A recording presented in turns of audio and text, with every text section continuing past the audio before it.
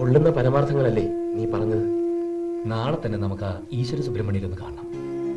എത്ര അഡ്വക്കേറ്റ്സിനെയാ അയ്യര് രക്ഷപ്പെടുത്തിയിട്ടുള്ളത്. Good night. For the reasons stated in para 8 of the judgment, found inter alia that there was total negligence on the part of the police department. Baki Nawab Rajendra writ petition the same matter. Change the names. Quick, Sikram. Okay, sir.